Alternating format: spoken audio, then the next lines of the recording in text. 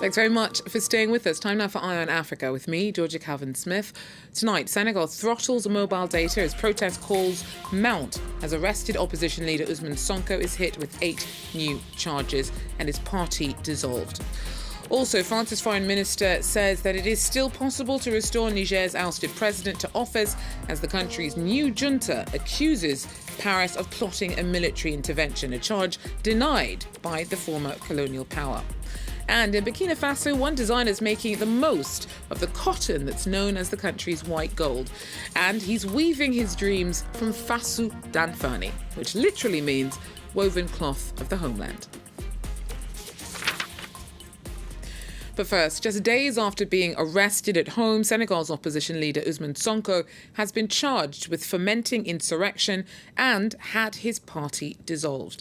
Last month, fatal clashes broke out when Sonko was sentenced in absentia to 2 years in prison for charges his supporters say are politically motivated. He hadn't been jailed on Friday, and on Friday was rearrested before being indicted on Monday. Senegal's restricted mobile data amongst mounting calls for protest. Our correspondent Zira Thierry has more. Mr. Sonko was heard by a judge today after being arrested at his home on Friday, where he'd been practically under house arrest since June. Back then, he was convicted for corrupting the youth. Now he's facing 7 new charges, including calling for insurrection, being a threat to state security, and having ties to terrorist bodies, amongst others. Mr. Sonko has gone on hunger strike, his lawyers say, since yesterday, and he's calling on his supporters to protest against his arrest. They believe that these charges are politically motivated to prevent him from running in next year's presidential elections, something which the government denies. So today, there are fears for more clashes breaking out after at least 16 people have been killed during protests just 2 months ago. And there have been some incidences in Dakar and its suburbs, and there have been clashes in Ziguinchor in the south of the country between protesters and riot police.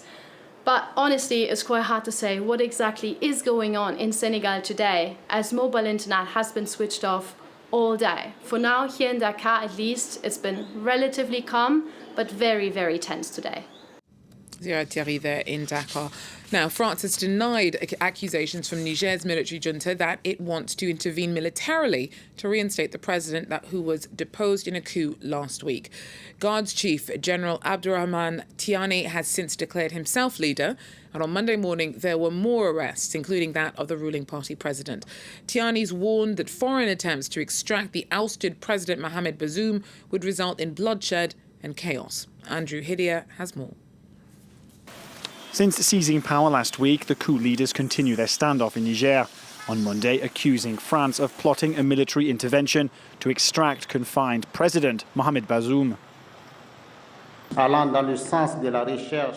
In its search for ways and means to intervene militarily in Niger, France, with the complicity of some Nigerians, held a meeting with the Chief of Staff of the Nigerian National Guard to obtain the necessary political and military authorization needed. France, for its part, has denied the accusations. The president has been very clear by saying that we will not tolerate any incidents and that we're working hard to bolster security measures. Over the weekend, thousands of junta supporters rallied outside the French embassy in Niamey, some displaying anti-French sentiments towards its former colonial power. Since the military coup last week, the presidential guard has kept Bazoum under house arrest within the palace and has warned against any foreign intervention to extract him.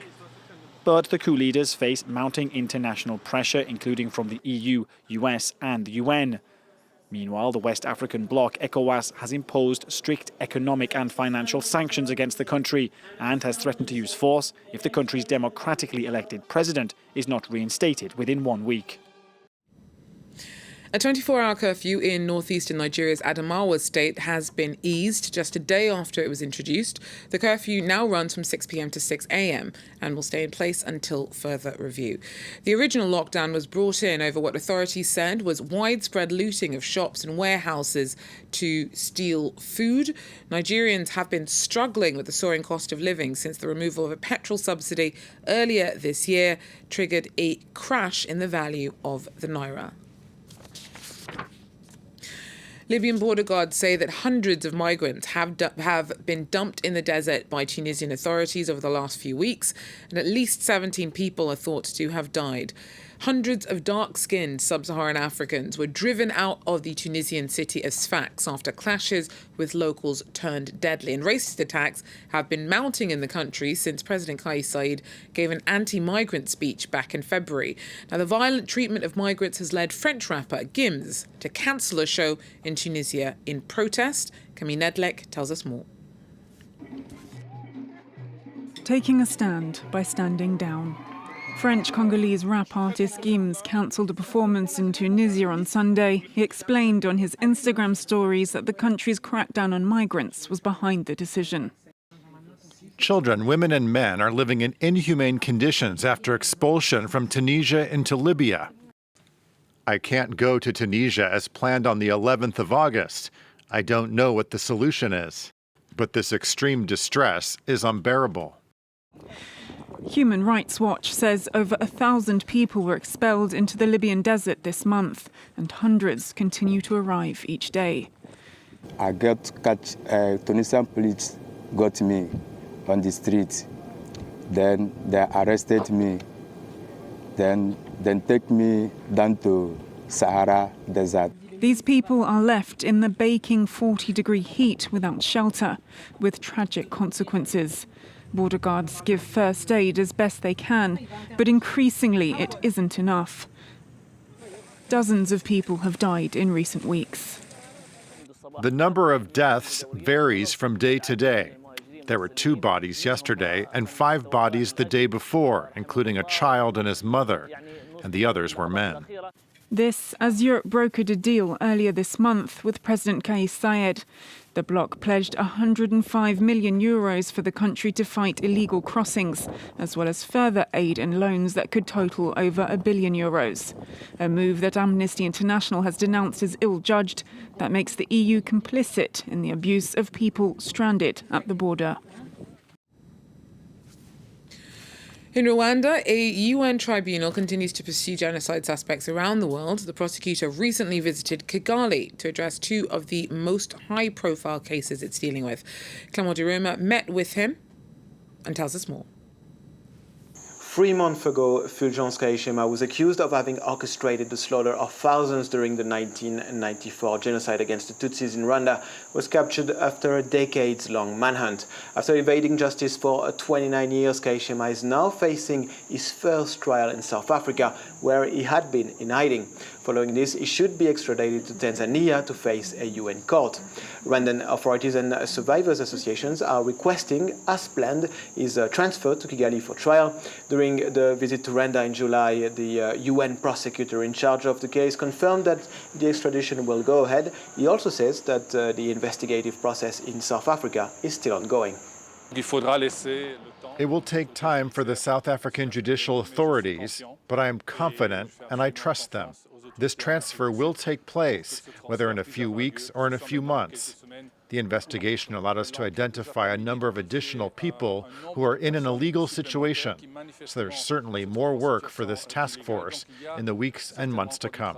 The fate of another man accused of having bankrolled the genocide has also been discussed during this visit. Félicien Kabuga was captured in France after 26 years on the run. Last June, he was declared medically unfit to stand trial during the laborious proceedings at the Hague court.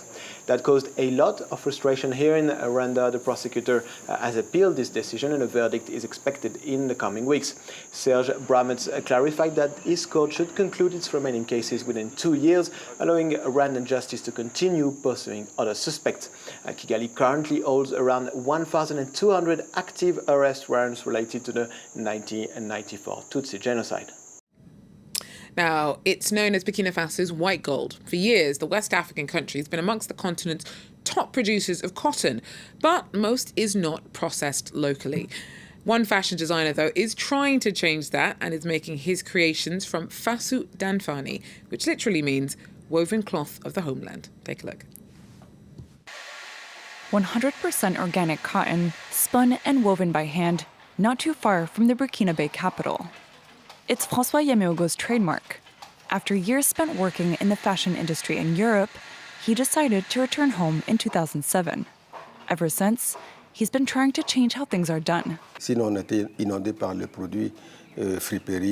market here is flooded with used clothing and products from Asia, and that's not normal. We don't even know how these products are made and what their impact is on our health and on our bodies. But fasu danfani is pure cotton. The whole world is fighting for cotton. It's a noble fibre, and we have it, but we don't know its value. Burkina Faso is among the continent's top cotton producers, but only a tiny fraction is processed in the country. That's something that Yameogo is trying to change.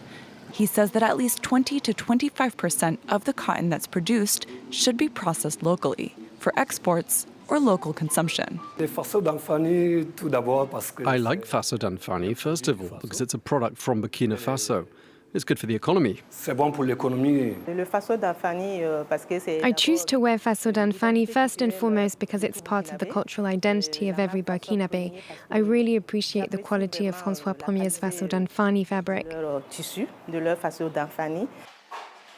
Fasu danfani literally means woven cloth of the homeland. In June, the authorities issued an edict mandating its use at state functions and for school uniforms. The measure could help to boost prices locally, which for years were kept artificially low, priced out by inexpensive used clothing imported from abroad. Well, that's it for Eye on Africa for now. Thanks for joining us, and do so again. Till then, take care.